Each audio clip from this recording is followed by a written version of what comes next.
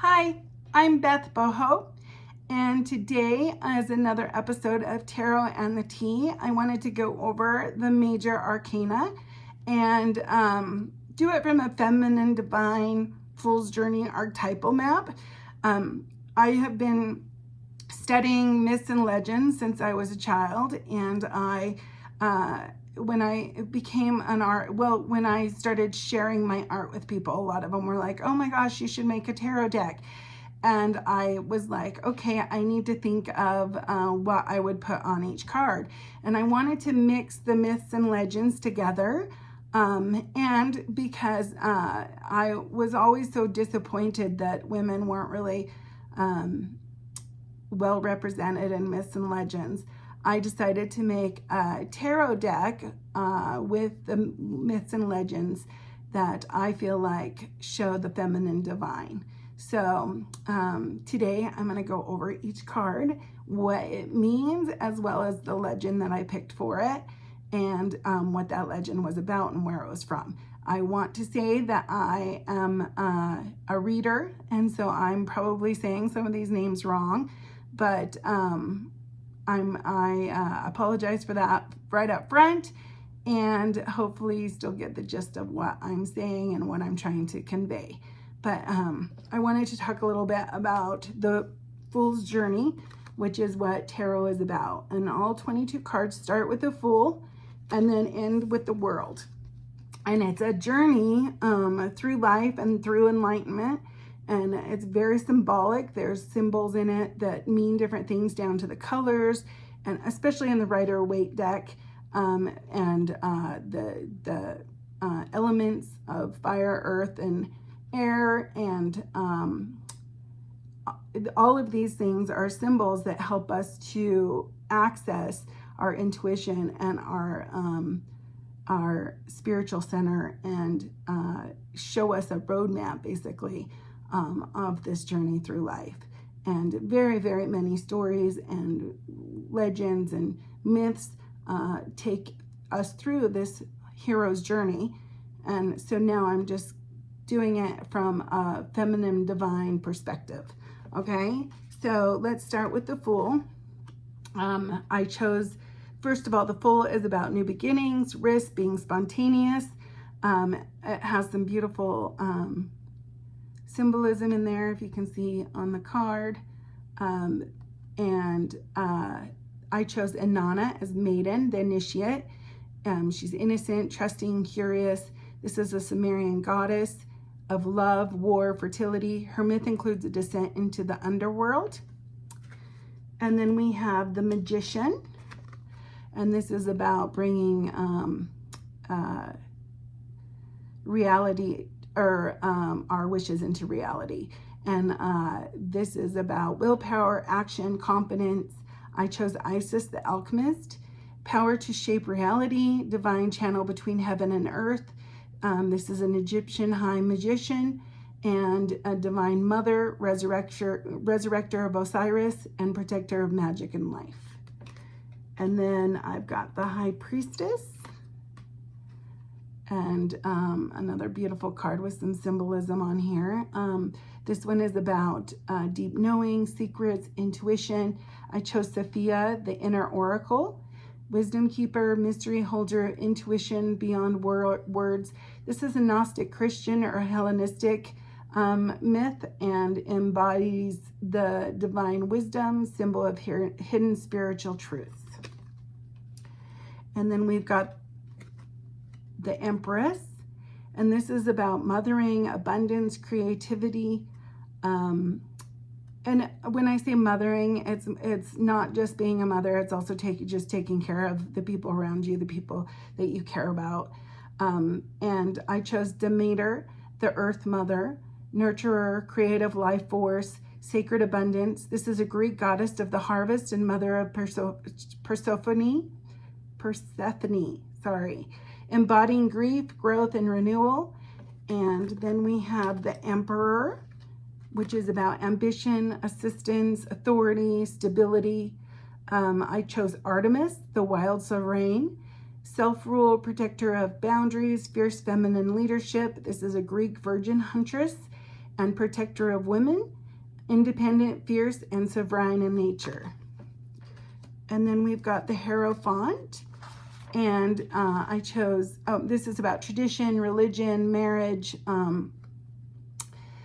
and I chose Mary Magdalene, the spiritual rebel, and she's a teacher beyond doctrine, reclaiming lost truths, Christian mysticism and Gnostic. She was apostle to the apostles, hidden teacher of sacred union and Gnostic tradition. And then we have the Lovers. And I chose, this is about love, passion, and choice. I chose Eve, the one who chose to know. It's about choice, sacred union, integration of shadow and soul. This is an Abrahamic Hebrew Christian, reframed as the seeker of knowledge and of free will. And then we've got the Chariot. And that is about movement, determination, and drive. I chose Athena, the strategic warrior, disciplined will, forward motion, feminine strength and wisdom. This is a Greek goddess of wisdom and war and strategy and feminine strength guided by intellect. And it was actually hard. Some of these legends and myths throughout different cultures are similar. So it was kind of hard on some of these to choose who I wanted to do. So then we've got Strength, and that is about responsibility, courage, stamina to keep going.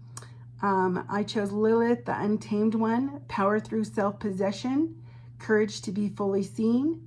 This is Jewish folklore, Mesopotamian roots.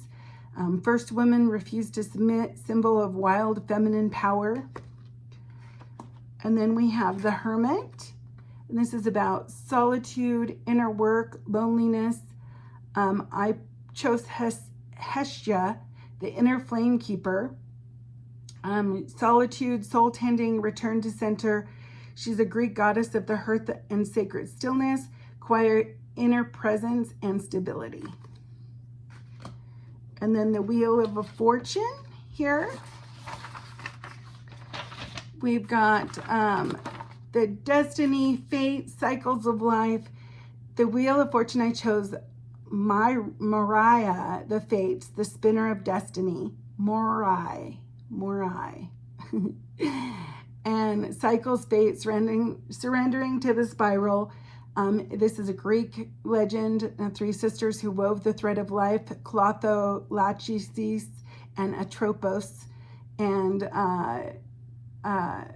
this card is about going on with the cycles of life. And again, a card with a whole lot of symbolism in it. If you're interested, I may do a video on all the symbolism in here, because it actually is the way our subconscious talks to us, and it has been throughout centuries. And so some of these symbols and things are the things that we see in dreams, and throughout cultures and languages and everything. These symbols persist. So it's a really fascinating subject. Then we're gonna go to Justice, which is number 11. And this is Mayat. Oh, I'm sorry. This is about courts, commitments, karma, reap what you sow type of a card. This, I chose Mayat, and it's M-A''A''T. So I might be saying that wrong, but the Truth Balancer, sacred justice, karmic clearing, divine order. This is an Egyptian goddess of truth, order, balance, and weighed souls against the feather of justice. And then we've got the Hanged Man, which is about waiting, sacrifice, surrender.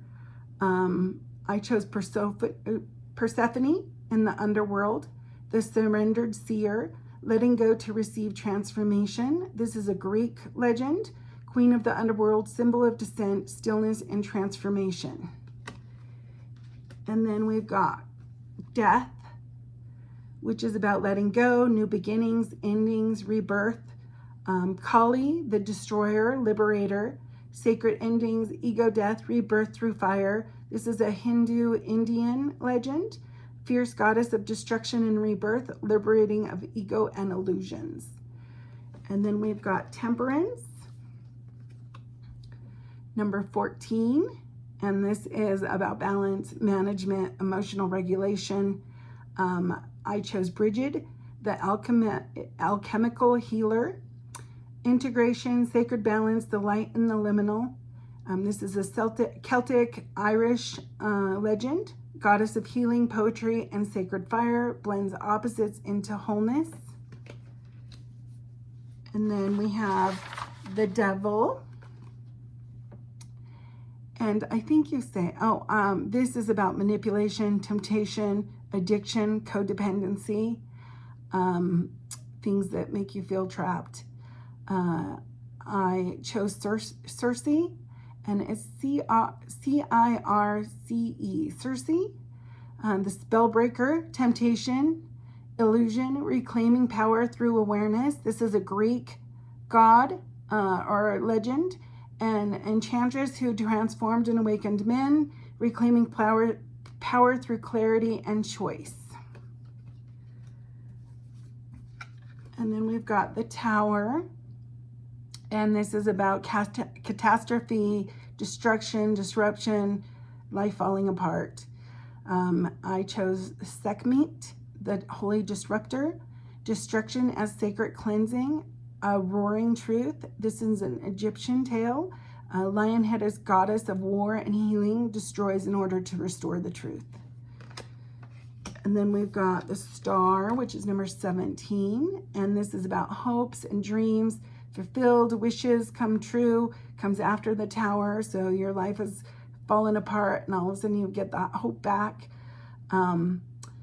I chose the Magdalene Risen, the light bearer, hope after devastation, radiant emergence. This is Christian mysticism and Gnostic, symbol of grace after grief, radiant soul healing. And then we've got the Moon, which is about deception, self-delusion, not knowing the whole picture. I chose Selene, the dream walker, emotion, intuition, the unseen and in between. This is a Greek legend.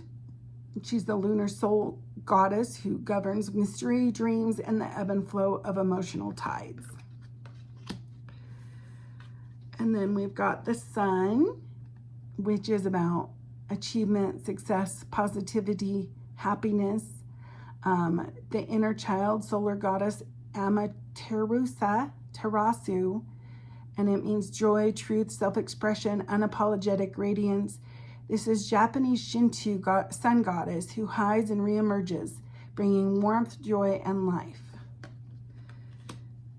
And then we've got Judgment. And this is about changing, transformation, enlightenment.